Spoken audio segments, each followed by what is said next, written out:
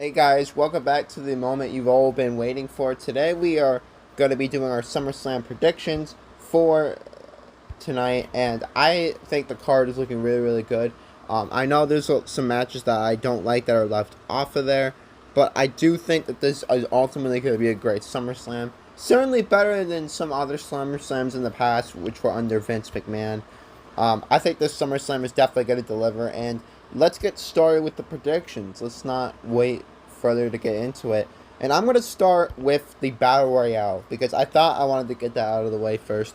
Um, there's 25 people competing in this Battle Royale, which I think is a fair number. It's almost like it's almost like a Royal Rumble, mini Royal Rumble almost. But I think that the final two have to be LA Knight and Grayson Waller, because I feel like those two guys WWE have plans for. Like, I know AJ Styles is in here, but I think they've already settled on AJ Styles rivaling with the Brawling Brutes. And I just think there's a lot of, like, fill-in guys into this. I think LA Knight and Grayson Waller have the biggest purpose, because LA Knight, obviously, you guys know LA Knight's purpose. He wants to get to the top. And Grayson Waller has been heavily advertised on TV since he's gotten called up. But this is LA Knight's Battle Royale. I'm not going to be tricked by anything. This has got to be the moment for LA Knight. And if LA Knight loses, I have no idea what they're doing. But if like if you made this match for LA Knight, he's got to win. But Grayson Waller, I would pass on a Grayson Waller win, as in terms of, like, I wouldn't mind it. But I do think LA Knight and Grayson Waller are the final two. But LA Knight wins, and WWE gets that giant pop. Probably one of the biggest pops of the night. Next up is a match that I think is going to be debatably the best overall match on the card. What I mean is that this match is going to be probably 4 or 5 stars, and it's Drew McIntyre and Gunther for the Intercontinental title. I hope there's no interference, but I know there probably will be. Gunther has retained a lot of his Intercontinental titles clean, and I think this should be none different, especially at a PLE like SummerSlam. I think Gunther cheating would just make no sense. And I think that Drew McIntyre, he's a very realistic candidate to take the title off of Gunther, but obviously WWE and loves records. And with Gunther staring at the Hockey Talk Man's record, I feel like WWE dethroning Gunther tonight would be cheesy. Though I think Drew McIntyre is a realistic candidate for it because he just came back, we got to look at the realistic side and say, I think Gunther is the greatest Intercontinental Champion ever. The dude has just put on so many bangers, and he's rarely in segments, which I think makes it a lot more special. But I think that Gunther's going to win. I could see it maybe Drew McIntyre taking out both Vinci and Kaiser, and Gunther picking the bones. Or Gunther and McIntyre kill each other, and Gunther ends up winning.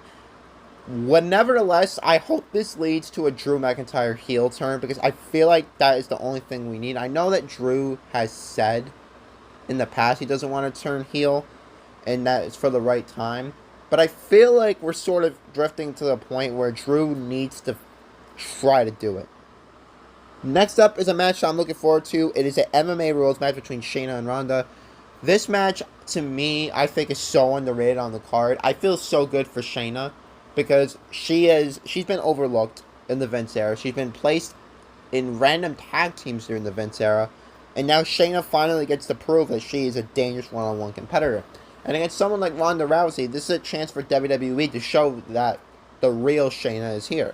And this is reportedly the last ever match for Ronda in WWE, which, I mean, I'm not going to be that rude and say thank God, but I just feel like WWE is just not where Ronda should be. I just feel like the UFC is where she should be. Mixed martial arts, whatever. I just feel like WWE, I just feel like Ronda wasn't meant to be in WWE, and people are realizing it now. But Shayna is. Like, Shayna's got it all. Shayna was a big staple in NXT. She went through the whole system, and she got better because of it. But I think Shayna's winning. I don't know how she's going to win. There could be blood in this match. Who knows? I still kind of wish it was in Fight Pit. I mean, Fight Pit would have just been perfect. But Shayna's winning, and I think this will be the biggest win of Shayna's career. Next up, we have Ricochet and Logan Paul. And if you guys know me, this match is starting off the show. not just because it's going to be a banger, it's because of Logan Paul. He has to go leave and see Jake Paul somewhere. But nevertheless, this match is going to be great. High-flying action. There's going to be so many spots where I'm going to lose my mind. I want this to go at least 20 minutes. I want at least 20 minutes of this banger. But realistically, I would love Ricochet to win, and this win would be also one of the biggest of Ricochet's career since coming up on the main roster.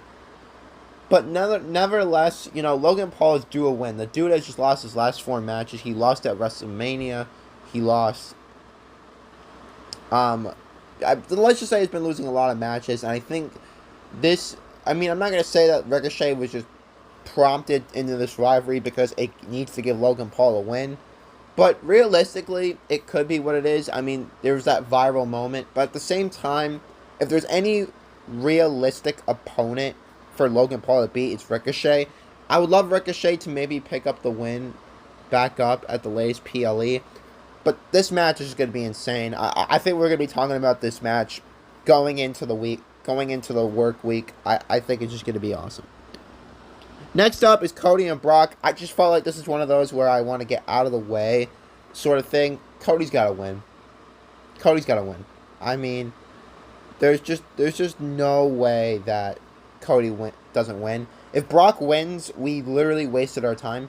I am expecting this match to be good. I'm not expecting this match to be like, oh my god, thrilling moment after thrilling moment. No. But I am expecting this to be the most brutal match of the night. I think Gunther and Drew's up there, but I don't know how you can get more brutal than Cody and Brock 3. I really wish there was a stipulation. Coming into this match, it's just going to feel weird that there's no stipulation to a rivalry like this. And the build-up to this match has been great. I'm not talking about the build-up.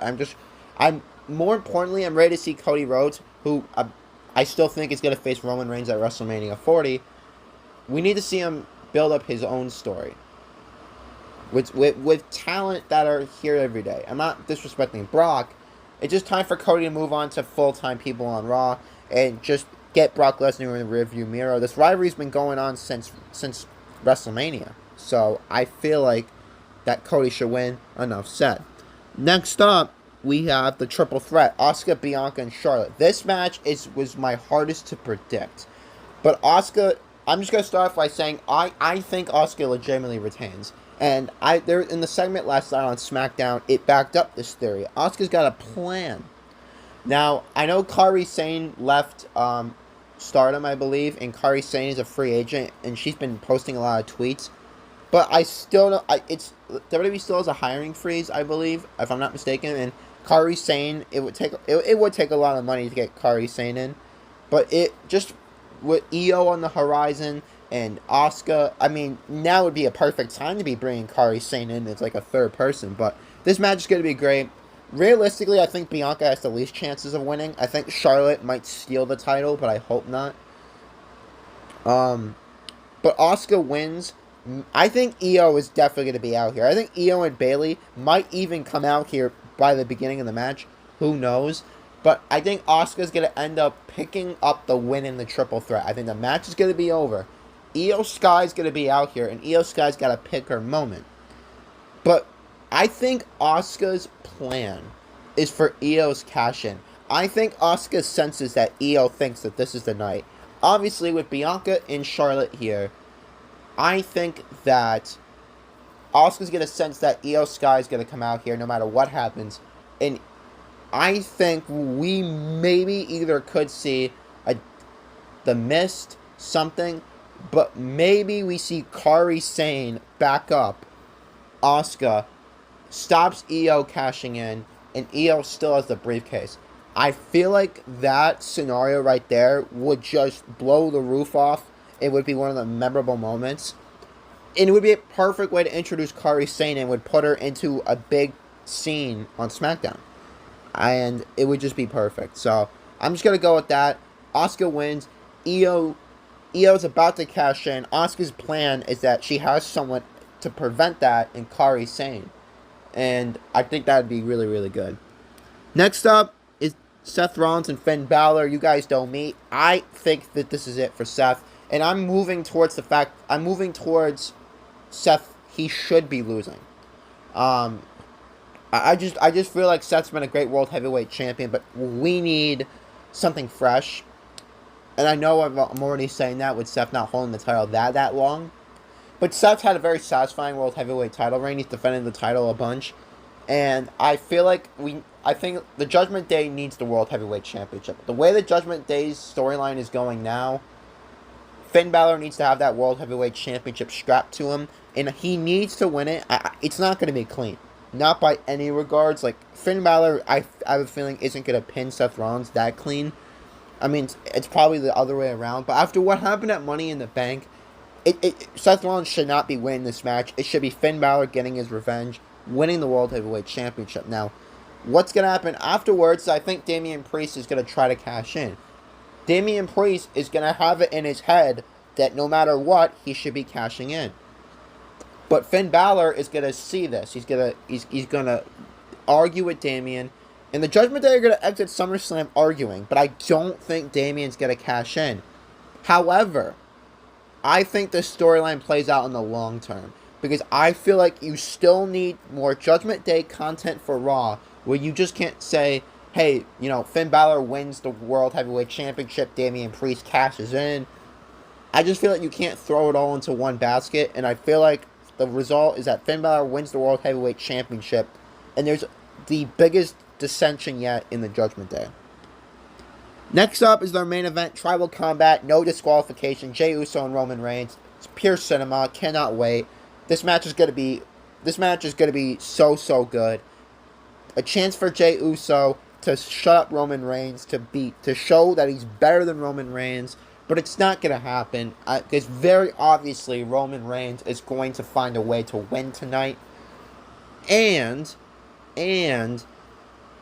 Jimmy is going to be showing up. Jimmy's not actually injured, guys. Jimmy is a storyline injured, so Jimmy's going to be here at SummerSlam. Solo's going to be there. Everyone that has been involved in this rivalry is going to be in this main event some way or another. And I feel like that Jimmy is going to accidentally screw Jey. At the end of the day, I feel like they need to tell... WWE needs more storylines to tell. Not just in the bloodline, but between the two Usos as well. I know the Usos just got back together, but Jimmy kind of screwing over Jey, like by accident, would be a whole nother storyline to tell. And then Roman Reigns, and then maybe Roman hits Jey with 2 spears. Solo holds off Jimmy, and Roman Reigns retains the title. And once again, Roman walks out of SummerSlam with his finger pointed to the sky. But, I think Roman Reigns walks out of SummerSlam champion, but Solo is conflicted. Solo sees, with the Usos, like, all sad in the ring after losing, Solo sees that Roman just is an asshole, you know what I mean? And I feel like Solo is starting to lean towards the side where the Usos... He doesn't say it yet, but I think Solo is starting to lean towards the side where Roman would do anything to win, and that the Usos are that Solo is starting to connect the dots of what he should be. So I think this is going to be pretty much what's going to happen at SummerSlam, and it's going to be a great show. I cannot wait. The show's going to get ever closer, and I just can't wait to watch it with you guys. Thank you guys for watching, and I'll see you all in the next one.